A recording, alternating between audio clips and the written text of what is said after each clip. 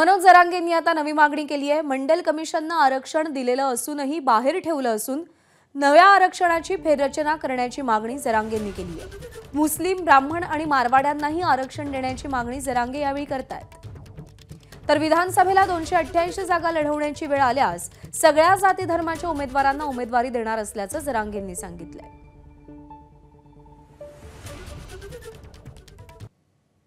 मारवाडी समाज निघालाय, ब्राह्मण समाज सुद्धा निघाला, लोअर समाज सुद्धा, कुणबी म्हणून नोंदी निघाल्या। तुम्ही का द्यायचं नाही त्यांना?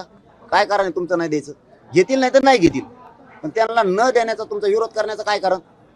मारवाडी समाज सुद्धा निघालाय, मुस्लिम समाजही निघालाय, का द्यायचं नाही तुम्हाला? लिंगायत समाज सुद्धा ओबीसी म्हणून निघाला, आमच्याकडे नोंदी आल्या, शिंदे समितीने दिलेल्या। मलाही कुणी नाही, मी समाजाला मायबाप मानलंय, मी कुटुंबाला सुद्धा समाजापुढे किंमत देत नाही।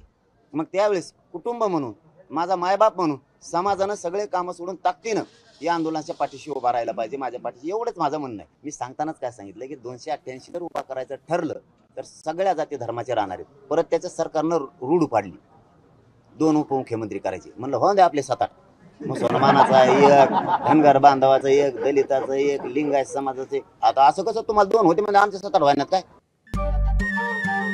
नमस्कार। मनसुद्धा तुझं ही वेगळ्याच प्रकारची मालिका तुम्हा सगळ्यांना खूप आवडली होती। याचा दुसरा सीझन कधी येणार अशी विचारणा झाली। प्रतीक्षा संपली आहे मित्रांनो, येतोय मनसुद्धा तुझाचा दुसरा सीझन। होय मनसुद्धा तुझं।